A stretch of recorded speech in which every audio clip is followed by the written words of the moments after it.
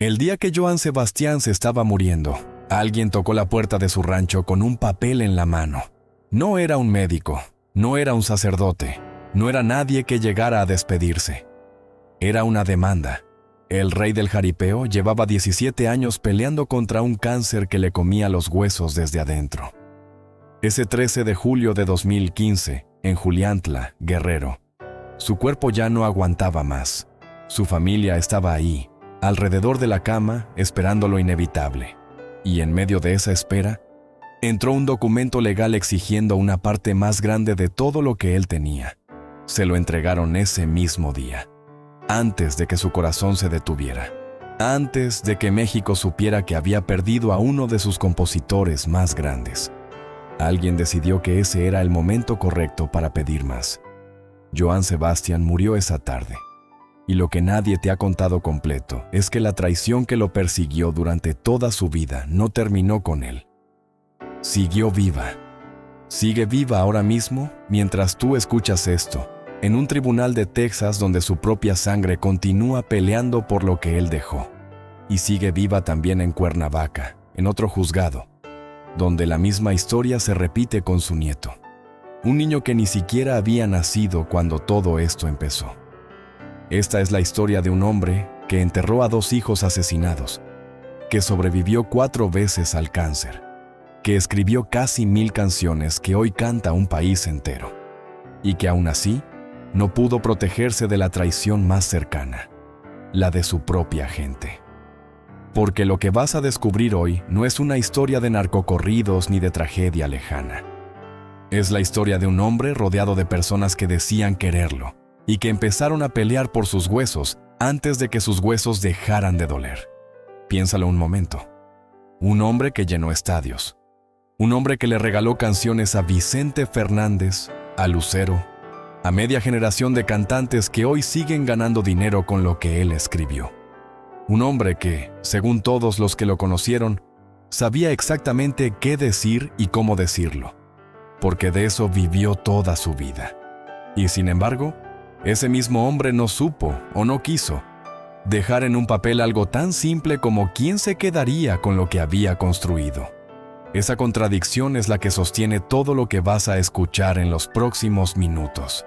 ¿Fue negligencia, ambición o algo mucho más calculado lo que convirtió la muerte de Johann Sebastian en el inicio de la guerra más larga de su familia? Hoy vas a descubrir 4 cosas que cambian por completo la forma en que ves al poeta del pueblo. Primero, ¿quién le entregó esa demanda el día de su muerte y por qué la eligió justo ese momento? Segundo, la fortuna real que dejó Johann Sebastian sin un testamento claro y por qué esa falta de un solo documento firmado desató una guerra legal que ya lleva más de 10 años. Tercero, las acusaciones de irregularidades que hicieron sus propios hijos contra la persona que manejaba su dinero, y el momento exacto en que la justicia le quitó el control. Y cuarto, lo que sigue ocurriendo ahora mismo, entre hermanos que ya no se hablan, y en la misma familia, con un niño de apenas 8 años que hoy es el centro de una pelea idéntica a la que enterró a su bisabuelo. No te preocupes, te voy a avisar cuando llegue cada una. Pero si te vas antes del final, te pierdes el documento que, según los abogados de una de las viudas de esta familia, fue firmado, quemado y falsificado, para robarle la herencia a un niño de 8 años, para entender cómo un hombre que lo tenía todo terminó traicionado hasta en su lecho de muerte. Hay que entender primero quién era realmente José Manuel Figueroa Figueroa, el niño de Juliantla que el mundo conoció como Johann Sebastian. Nació en 1951 en un pueblo pequeño de Guerrero. No nació rico, no nació protegido. Se hizo compositor a fuerza de escribir canciones que salían de su propia vida, de sus propios errores, de sus propias mujeres, de sus propios hijos. Con los años ganó 5 premios Grammy y 7 Grammy latinos. Escribió éxitos para Vicente Fernández y para Lucero, y construyó una fortuna que, cuando él muriera, nadie sabría exactamente cómo repartir. Y ahí está la primera pieza que necesitas entender antes de seguir. Johann Sebastian tuvo 8 hijos reconocidos con 5 mujeres distintas. Cada relación terminó de la misma forma. Una infidelidad, otra mujer, otro hijo, otra ruptura. Hay una escena que resume mejor que cualquier otra cómo terminaban esas historias. Corría el año 1996. Joan Sebastián estaba casado con Maribel Guardia, la actriz más reconocida de la televisión mexicana en ese momento. Una noche, la pareja estaba en su casa, recostados, viendo el programa de espectáculos más visto del país. En pantalla, un conductor llamado Juan José Pepillo Origel contó, sin saber que la propia esposa lo estaba viendo en vivo, que la noche anterior había encontrado a Joan Sebastián en un bar del centro histórico, arrinconado, con una actriz mucho más joven llamada Arlet Terán, compañera de reparto de la telenovela que ambos protagonizaban. Maribel volteó a ver a su esposo. Le preguntó qué significaba eso, y en cuestión de minutos, sacó toda la ropa de Joan Sebastián de su closet y la puso en la calle. Nunca más volvieron. Así, frente a millones de televidentes, se enteró la esposa de que su matrimonio había terminado. Esto no es un dato de relleno.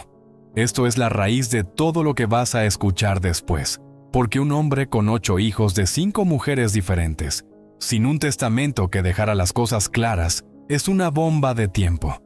Su primera esposa, Teresa González, fue la madre de sus 3 primeros hijos, José Manuel, Juan Sebastián y Trigo. Después llegó Maribel Guardia, y con ella Julián. Después, Erika Alonso. 12 años de relación que terminaron de la misma forma, entre infidelidades, y de ahí nació Juliana. Después Alina Espino, con quien tuvo a Juana Marcelia y Deyavé, 5 mujeres, 8 hijos reconocidos. Y cada ruptura dejaba un hijo, una promesa incumplida y un resentimiento que nunca se resolvió del todo.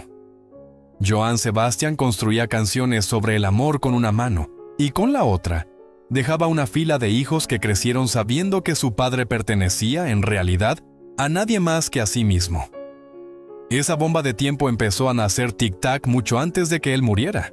Pero antes de llegar ahí, antes de hablar de dinero y de abogados, hay que hablar de sangre. Porque la traición que rodeó a Joan Sebastián no empezó con su herencia.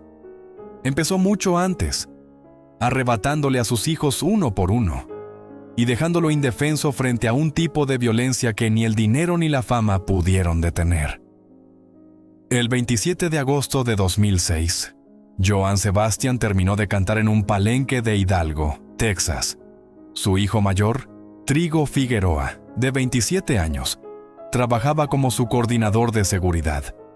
Trigo era el que cuidaba que nadie se acercara demasiado al escenario, el que ponía el cuerpo entre su padre y la multitud. Esa noche, un grupo de personas trató de forzar su paso para llegar hasta el cantante. Trigo se los impidió. Y por eso, a alguien se le ocurrió que la vida de Trigo valía menos que un autógrafo. Le dispararon en la nuca. Segundos antes, Trigo estaba haciendo lo mismo que había hecho en decenas de conciertos: contener a la gente, calmar los ánimos, cuidar que nadie cruzara la línea. Conocía a los fanáticos ebrios, sabía identificarlos, sabía calmarlos. Pero esa noche no hubo tiempo para calmar a nadie. Hubo un empujón, un reclamo, y después una detonación que cambió para siempre a esta familia. Joan Sebastián corrió hacia su hijo. Lo levantó del piso, lo sostuvo en sus brazos mientras la sangre le empapaba la ropa. Gritó pidiendo ayuda. Trigo fue trasladado al Medical Center de McAllen, operado de emergencia, pero no sobrevivió. El médico que lo atendió reportó su muerte esa misma tarde, un domingo. El hombre que le disparó saltó una barda y desapareció entre la oscuridad. 17 años después, la orden de arresto contra el principal sospechoso, identificado como Ricardo Sánchez, sigue vigente, sigue prófugo. Nadie ha pagado por la muerte de Trigo. Nadie. 4 años más tarde, en junio de 2010, Joan Sebastián recibió la segunda llamada que ningún padre debería recibir jamás. Su otro hijo, Juan Sebastián Figueroa, fue asesinado a la salida del bar de Grand Hotel, en Cuernavaca, Morelos. 2 disparos, uno en el cuello, otro en el abdomen. Murió ahí mismo, en la puerta, sin que nadie pudiera hacer nada por él. Y entonces pasó algo que convirtió el dolor de una familia en un escándalo nacional. El Cártel del Pacífico Sur, integrado por células de los hermanos Beltrán Leiva, colgó narcomantas en distintos puntos de Cuernavaca, asumiendo la autoría del crimen. El mensaje, escrito en cartulinas y encontrado por la policía municipal cerca de 2 escuelas secundarias, decía textualmente que la muerte de Juan Sebastián se debía a la disputa de una mujer por problemas pasados, y señalaba como responsable a un ex policía llamado Guillermo Vargas Rivera, hijo de un excomandante que, según ese mismo grupo armado, había sido ejecutado esa misma semana por colaborar con Edgar Valdés Villarreal, alias La Barbie. El cartel incluso exigió, en su propio mensaje, que las autoridades no distorsionaran la autoría del crimen. Un testigo que acompañaba a Juan Sebastián esa noche reconoció después al presunto responsable en los retratos hablados que armó la Procuraduría de Morelos. Pero igual que con Trigo, el caso quedó impune. Nadie fue encarcelado. Nadie dio una explicación completa. Nadie pagó.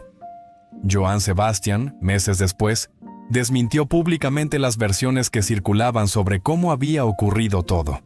Explicó, con su propia voz, que a su hijo lo había matado alguien que discutió con él y con los encargados de seguridad del bar, porque no lo dejaban entrar.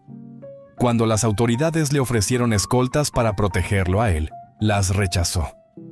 Dijo que no tenía enemigos y que lo único que pedía era que se encontrara al responsable. Nunca lo encontraron. 2 hijos, 2 armas de fuego, 2 escenas donde Joan Sebastián llegó demasiado tarde para salvarlos y a tiempo únicamente para enterrarlos.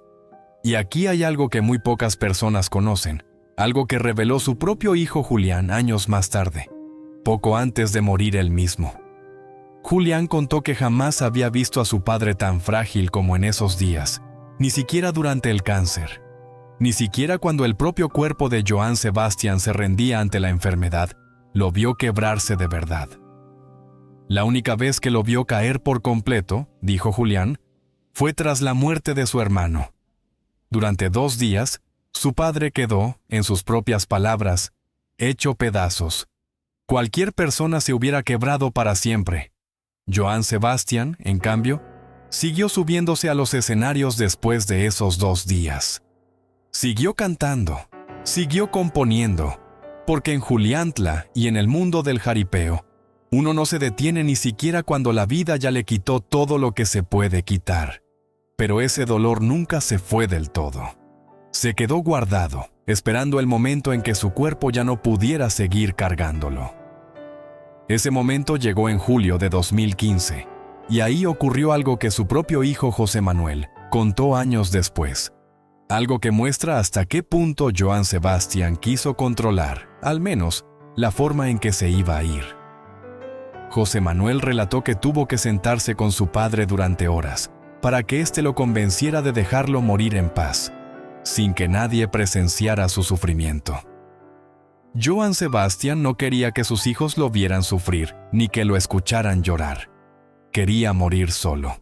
Y eso, exactamente, fue lo que pidió.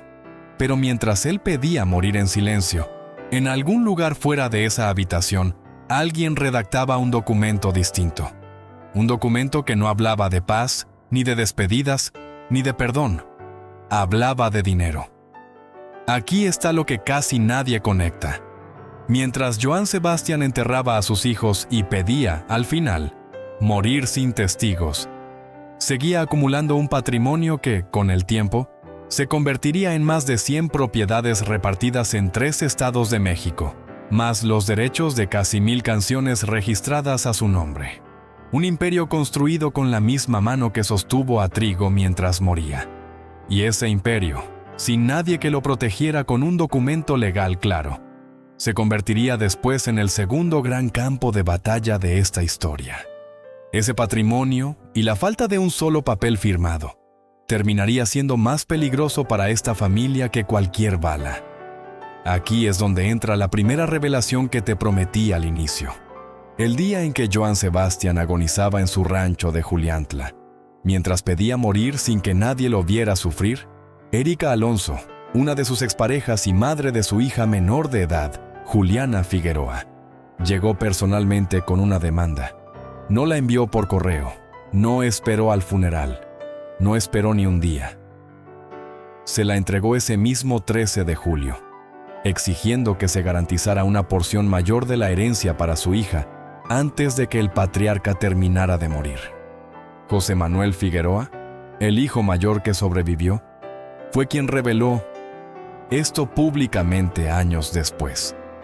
Contó que las propias hermanas de Erika Alonso, presentes en el funeral, dijeron desconocer por completo esa acción. Es decir, ni siquiera su propia familia sabía lo que ella estaba haciendo en ese momento. Piensa en la escena completa. Un hombre pidiendo, como último deseo, morir en silencio. Su familia alrededor, esperando el último aliento. Y en medio de ese silencio que él mismo había pedido, entra un papel legal que convierte la muerte en una negociación. Eso no fue un descuido, fue una decisión. Alguien calculó el momento exacto, el día exacto, la hora exacta, para asegurarse de que su reclamo quedara sobre la mesa antes de que la puerta se cerrara para siempre. Erika Alonso, por su parte, ha rechazado públicamente cualquier señalamiento de mala fe y ha insistido en que su intención siempre fue proteger los derechos de su hija menor de edad. Un juez, años después, reconoció a Juliana como heredera legítima de Joan Sebastián. Pero ese mismo juez determinó que Erika Alonso, como exesposa, no tenía derecho a exigir nada a título personal. Es decir, la hija tenía razón de estar ahí. La madre, según la justicia, no. Y ahí fue donde todo empezó a romperse, porque esa demanda entregada en el peor momento posible no fue un hecho aislado. Fue la primera ficha de un dominó que, 10 años después, todavía sigue cayendo. Y esto no es un caso único ni exagerado. Es algo que se repite cada vez que una fortuna grande se cruza con una familia numerosa y sin reglas claras. El dinero no espera al duelo. El dinero, cuando no hay un papel firmado, se mueve más rápido que el dolor. Y en esta familia, ese patrón apenas comenzaba. ¿Por qué alguien elegiría precisamente ese día? ¿Qué pasa en la cabeza de una persona que ve a un hombre muriendo y piensa primero en el reparto de sus bienes? Esa pregunta no tiene una respuesta simple, pero lo que sí tiene una respuesta clara es lo que vino después. La ausencia de un testamento firmado convirtió esa pregunta incómoda en el inicio de la guerra legal más larga del entretenimiento mexicano. Y aquí es donde llegamos al núcleo real de esta historia, la revelación que sostiene todo lo demás. Joan Sebastián murió sin testamento. Un hombre que sabía, desde 1998, que tenía cáncer en los huesos. Un hombre que sobrevivió esa enfermedad una vez, luego una segunda vez, luego una tercera, y que en 2012, arriba de un escenario, anunció públicamente que la batalla había regresado por tercera ocasión. Y en 2014, en Zacatecas, confirmó que enfrentaba una cuarta recaída. Un hombre que tuvo 17 años, mes tras mes, para sentarse con un abogado y dejar en papel quién recibiría cada propiedad, cada canción, cada peso. Y no lo hizo. ¿Por qué un compositor tan meticuloso con cada palabra de sus canciones fue tan descuidado con el destino de su propio patrimonio? Esa es una pregunta que ni sus abogados ni su familia han podido responder del todo. Lo único seguro es la consecuencia. Al morir sin testamento, Joan Sebastián dejó más de 100 propiedades ubicadas en Guerrero, Jalisco, Veracruz y Morelos, y los derechos de casi 1000 composiciones registradas ante la Asociación Nacional de Intérpretes, completamente abiertos a interpretación legal. 9 herederos reconocidos: José Manuel, Sarelea, Juana, Dillavé y Juliana Figueroa, además de Claudia Alina Espino, su última pareja. Y ahí, todavía dentro del proceso, permanecían los nombres de sus 3 hijos ya asesinados o fallecidos: Trigo, Juan Sebastián y Julián Figueroa, el hijo que tuvo con Maribel Guardia. 9 personas vivas, 3 personas muertas, y ni un solo papel que dijera con claridad qué le correspondía a cada quien. Eso fue lo que abrió la puerta a más de una década de audiencias, abogados, acusaciones cruzadas y silencios incómodos entre hermanos que hasta entonces habían compartido apellido, escenario y, en algunos casos, el mismo dolor de haber perdido a sus hermanos de la misma forma violenta. 10 años de audiencias no son 10 años de silencio. Son decenas de citas ante un juez, viajes constantes desde México hasta Texas, abogados contratados y despedidos, versiones que cambian de una audiencia a otra, y una pregunta que se repite sin respuesta cada vez que la familia vuelve a sentarse frente al mismo tribunal. ¿Por qué después de tanto tiempo todavía no hay un reparto definitivo? Cada audiencia prometía ser la última. Ninguna lo fue. En un tribunal de Texas se abrió el proceso sucesorio principal, porque parte de las propiedades y los derechos de autor de Johann Sebastian estaban registrados en Estados Unidos. Y fue ahí, en ese mismo tribunal, donde comenzó la segunda fase de esta guerra. La pelea no ya por si había testamento, sino por quién iba a administrar todo mientras la justicia decidía cómo repartirlo. Y esa administración recayó, durante años, en la misma persona que había entregado la demanda el día de su muerte. Ese fue el error que terminó de romper a la familia. En 2022, Erika Alonso asumió formalmente el control de una parte de los bienes de Johann Sebastián dentro del proceso en Texas. Y fue exactamente ahí donde llegó la tercera revelación que te prometí. Porque no pasó mucho tiempo antes de que comenzaran los señalamientos. Varios de los hijos de Johann Sebastián denunciaron presuntas irregularidades en el manejo del patrimonio. Hablaban de contratos poco claros, de decisiones tomadas sin el consenso del resto de los herederos, de bienes administrados sin que la familia completa tuviera información real sobre lo que estaba pasando con el dinero que su padre había dejado. Su hija, Juliana, llegó a denunciar públicamente asuntos relacionados con contratos del artista que, según ella, no beneficiaban a todos por igual. José Manuel Figueroa, ya convertido en la voz más visible de sus hermanos, fue más allá. Viajó personalmente a McAllen, Texas, para presentarse ante el juez y decir, con sus propias palabras, algo que resume el sentimiento de toda una familia: que él y sus hermanos llevaban años, en sus propias palabras, bailando de no recibir herencia gracias a las acciones de esta persona. No lo dijo un extraño. No lo dijo un periodista buscando escándalo. Lo dijo el hijo mayor de Johann Sebastian, frente a las cámaras, señalando directamente a quien manejaba el dinero de su padre. Y en ese mismo viaje, José Manuel denunció públicamente algo todavía más grave: que Alicia Machado, expareja suya y persona involucrada en la disputa, lo había amenazado y se había mostrado violenta hacia él durante ese proceso legal. Familia dividida, exparejas cruzadas, abogados de un lado y del otro. Todo mezclado dentro del mismo expediente judicial que decidía, año tras año, qué pasaría con el legado de un hombre que ya no podía defenderse a sí mismo. Erika Alonso ha rechazado de manera pública y directa cualquier acusación de irregularidad. Ha declarado que cada decisión sobre los bienes que administró pasó estrictamente por la supervisión de un juez y que no existe, en sus palabras, ni siquiera un centavo que no pueda ser rastreado.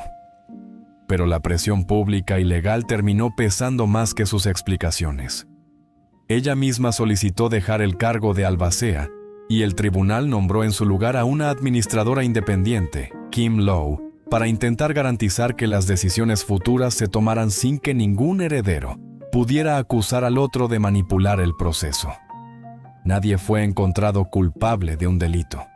Eso hay que decirlo con la misma claridad con la que se cuenta todo lo demás.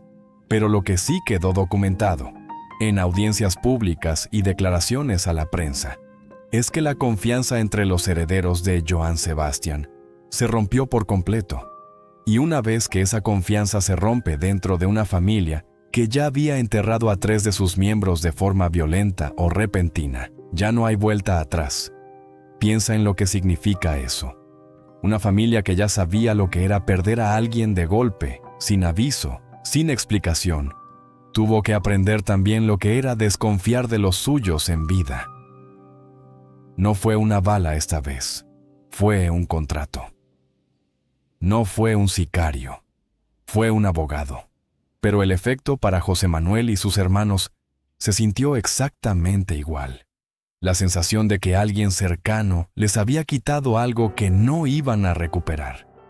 Ese fue el precio de no dejar un papel firmado. Ese fue el precio de dejar que el dinero decidiera quién era de fiar y quién no dentro de la propia sangre de Johann Sebastian. Pero lo que estás a punto de escuchar ahora es todavía más perturbador, porque esta historia no se quedó atrapada en la generación de Johann Sebastian. Saltó hacia adelante. Encontró a la siguiente generación y volvió a repetir exactamente el mismo patrón, con exactamente el mismo ingrediente: un testamento bajo. Sospecha. El 9 de abril de 2023, Julián Figueroa, el hijo que Johann Sebastian tuvo con Maribel Guardia, murió de forma repentina en la casa de su madre. Tenía apenas 27 años, la misma edad exactamente con la que habían muerto sus hermanos Trigo y Juan Sebastián años atrás. Julián dejaba una esposa, Imelda Garza Tuñón, y un hijo pequeño, José Julián, que hoy tiene 8 años. En un primer momento, todo apuntaba a que Julián, igual que su padre, había muerto sin testamento. Pero meses después de su funeral, apareció un documento que cambiaba todo. Un testamento que designaba como heredero universal de toda su fortuna, incluyendo un rancho valuado en varios millones de pesos, a su hijo José Julián, entonces todavía un niño. Y ese documento nombraba como representante legal encargado de administrar esos bienes a Marco Chacón, la pareja sentimental de Maribel Guardia, la abuela del niño. Imelda Tuñón, la viuda, quedaba completamente fuera. Ni un peso, ni una propiedad, nada a su nombre. Y aquí fue donde estalló la parte más oscura de todo este capítulo. Los abogados de Imelda Tuñón acusaron públicamente que ese testamento era falso. Dijeron que la firma no correspondía con la que Julián Figueroa tenía registrada en su credencial de elector ni en su pasaporte. Presentaron comparaciones de ambas firmas ante las cámaras de televisión y las calificaron, con sus propias palabras, de ridículas, asegurando que no tienen nada que ver entre sí. Fueron más allá. Sostuvieron que las fechas no cuadraban, que en el día en que supuestamente se firmó el documento, Julián se encontraba en un lugar completamente distinto al que señalaba el testamento, cantando en un palenque en Ayutla, no descansando donde el papel decía que había firmado. Y en una de las declaraciones más fuertes de todo el litigio, llegaron a afirmar que el documento original habría sido incendiado, borrando así cualquier posibilidad de verificar su autenticidad con un peritaje directo. Marco Chacón y el equipo legal de Maribel Guardia rechazaron cada una de esas acusaciones. Insistieron en que el testamento era legítimo y que su único propósito era proteger el patrimonio del niño hasta que éste pudiera acceder a él, incluyendo un fideicomiso pensado, según se explicó, para garantizarle estudios universitarios sin que nadie más, ni siquiera su propia madre, pudiera tocar esos recursos antes de tiempo. La disputa llegó al Juzgado Noveno de lo Familiar de Cuernavaca, donde ambas partes han sido citadas en audiencias que, según reportes de la prensa local, han llegado a durar hasta 10 horas seguidas. Ahí siguen, hasta el día de hoy, peleando por la validez de un papel firmado por un hombre que ya no puede confirmar si esa firma era realmente suya.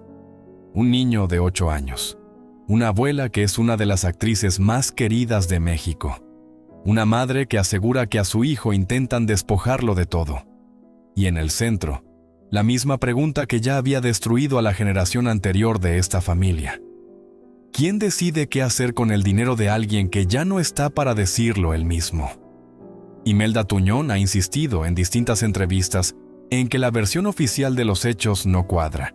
Según ella, Julián murió sin haber firmado ningún documento, y así se manejó públicamente durante meses, hasta que ese testamento apareció de la nada. También ha señalado, fuera del tema del testamento, que Maribel Guardia no ha buscado a su nieto ni un solo día desde la muerte de Julián, una acusación que sumó más tensión pública a un conflicto que ya se libraba en los tribunales. Del otro lado, Maribel Guardia ha declarado que su prioridad siempre ha sido la protección legal del menor, y que fue ella misma quien denunció a Imelda Tuñón, buscando resguardar los intereses de su nieto. Dos versiones completamente distintas. Un mismo niño en medio de las dos. Eso fue lo que terminó de convertir a esta familia en un espejo de sí misma. Lo que le pasó a Johann Sebastian, sin testamento claro y con una demanda entregada el día de su muerte, se repitió con su hijo Julián, con un testamento cuestionado y acusaciones de falsificación. La traición no fue un hecho aislado, se volvió una herencia en sí misma, algo que esta familia parece transmitir de generación en generación, junto con las propiedades y las canciones. Y todavía falta la última pieza, la más oscura de todas, porque no pertenece al pasado.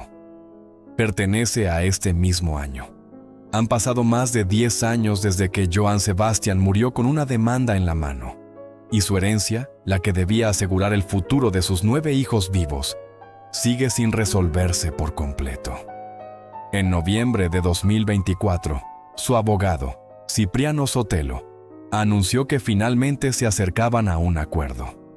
Se habló de crear una empresa que administrara de forma conjunta las regalías de las casi 1000 canciones que Johann Sebastian dejó registradas. Pero el acuerdo sobre las propiedades, esas más de 100 construcciones y terrenos repartidos en 4 estados, seguía sin definirse.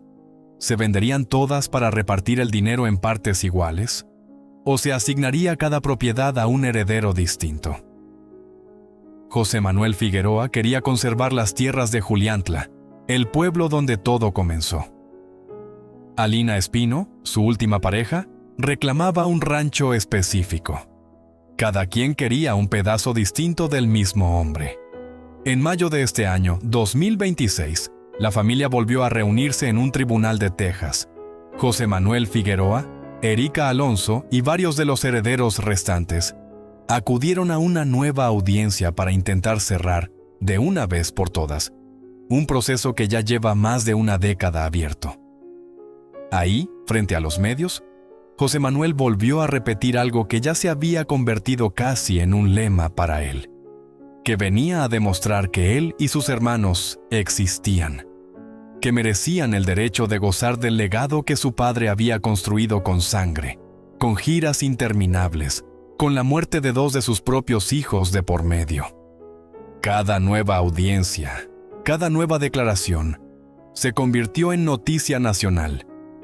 Programas de espectáculos en México, Estados Unidos y hasta Centroamérica siguieron durante años cada movimiento de este juicio, no porque se tratara de un simple chisme de farándula, sino porque tocaba algo que mucha gente reconoce en carne propia: la idea de que la muerte de alguien querido puede sacar lo peor de las personas que quedan. La diferencia es que aquí, el patrimonio en disputa no era una casa o un coche.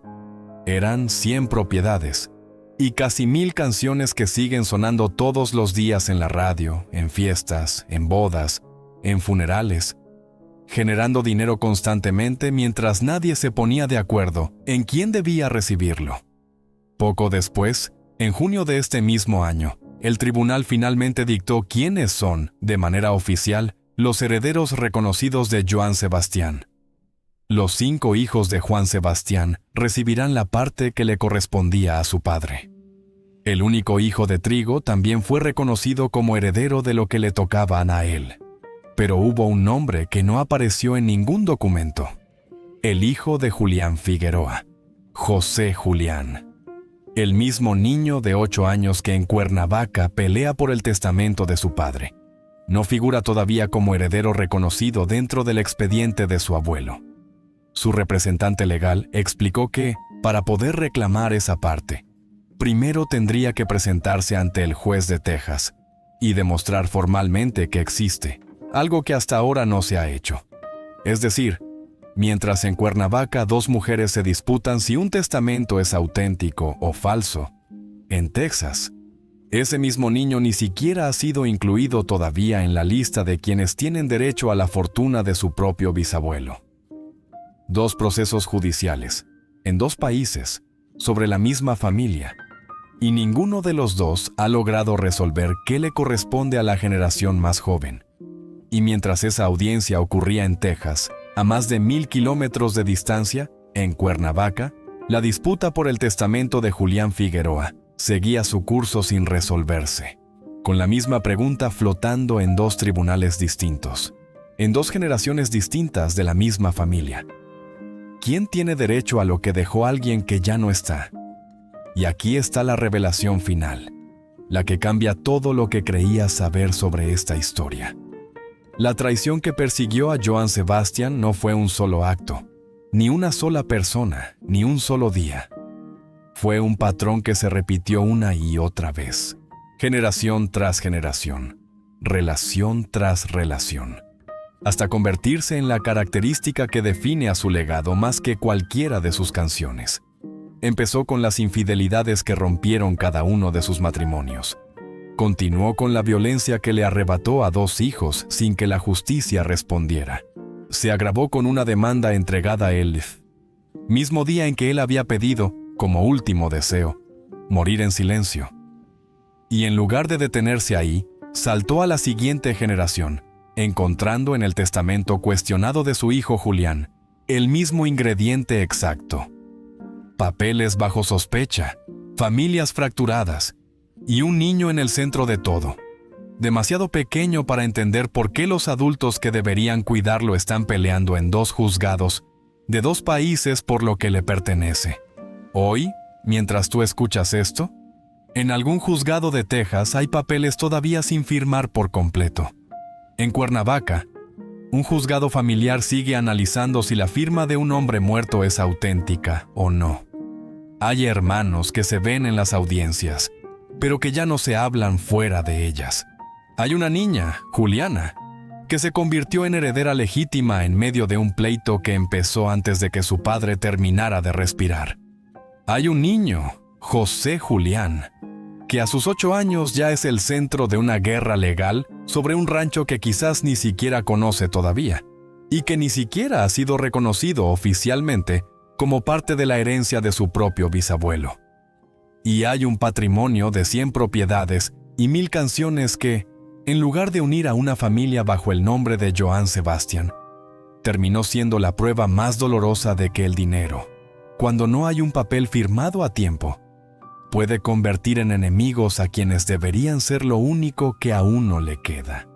Johann Sebastian sostuvo a su hijo Trigo mientras se desangraba en sus brazos. Estuvo, según su propio hijo Julián, hecho pedazos, durante 2 días tras la muerte de Juan Sebastián. Sobrevivió 4 veces al cáncer que finalmente lo venció aquel 13 de julio de 2015, pidiendo, como último deseo, morir en silencio, sin testigos, sin lágrimas alrededor. Pero de todas las batallas que dio en su vida, la única que sigue sin terminar, más de 10 años después, es la que libran las personas que él más amó, por lo único que dejó sin resolver. ¿Quién se queda con lo que él construyó? Y esa guerra, ahora mismo, sigue sin un ganador, y ya alcanzó a la 3ª generación. Lo que la herencia de Johann Sebastian terminó revelando no es solo el destino de 100 propiedades o de 1000 canciones. Es algo mucho más incómodo. Que un hombre puede pasar toda una vida cantándole al amor y a la familia, pedir morir en paz y en silencio, y aún así dejar como legado final una de las peleas familiares más largas del espectáculo mexicano. Una pelea que ya se transmitió, papel tras papel, firma tras firma, hasta la generación de sus nietos. Y quizás la parte más dura de aceptar es esta. Nada de esto fue obra de un enemigo externo, de un cártel, de un desconocido con un arma. Los disparos que le arrebataron a Trigo y a Juan Sebastián sí vinieron de afuera, pero la herida que todavía sigue abierta, la que ni el tiempo ni las audiencias han logrado cerrar, se la hicieron entre ellos mismos. Esa es la traición que en verdad lo persiguió hasta el final, y que hoy sigue persiguiendo a los que él dejó atrás. Y esa misma pregunta, la de qué pasa cuando una fortuna gigante se cruza con una familia fracturada, no termina con Johann Sebastian. Se repite, casi con el mismo guión, en otra dinastía musical mexicana que hoy sigue peleando por millones en tribunales de 3 países distintos, y cuya historia está esperándote en el video que tienes justo enfrente.